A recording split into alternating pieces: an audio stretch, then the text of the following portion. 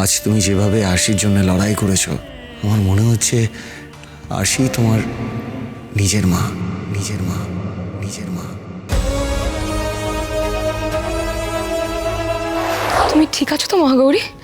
তোমার কোথাও লাগেনি তো? No Ritu aunty, I am fine. Arshi madam কেমন আছেন?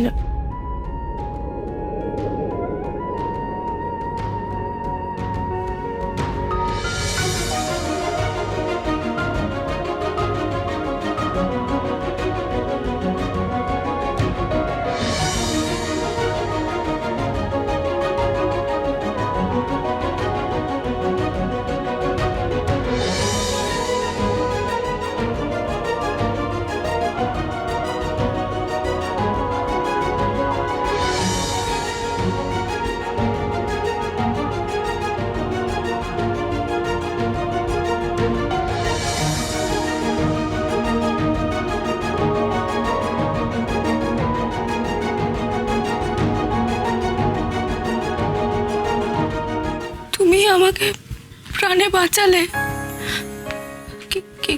কে যেন তুমি? আপনারা জানেন এই মেয়েটা নিজের প্রাণের ঝুঁকি নিয়ে আমার প্রাণ বাঁচিয়েছে, আমার প্রাণ বাঁচিয়েছে।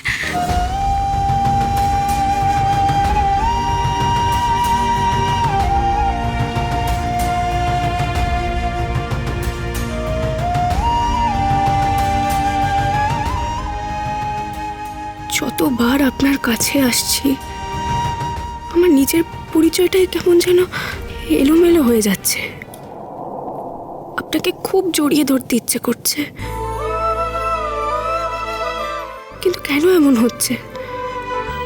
আপনার সাথে যদি আমার কোনো সম্পর্কই না থাকে, তাহলে কেন আপনাকে দেখলেই, আপনার ছোঁয়া পেলেই আমার বুকের ভেতরটা হু হু করে উঠছে? কি ভাবছো মহাগৌরী? না, কিছু না।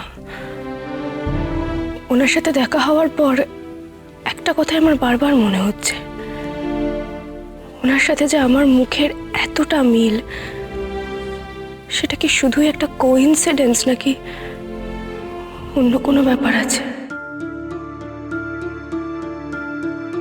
দেখেছো তো, এই একই প্রশ্ন তোমাকেও কেমন ভাবাচ্ছে।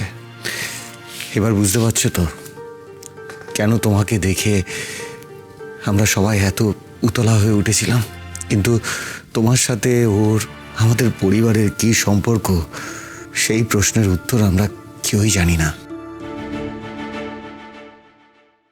আজ তুমি যেভাবে আরশির জন্য লড়াই করেছো, আমার মনে হচ্ছে আরশি তোমার নিজের মা, নিজের মা, নিজের মা।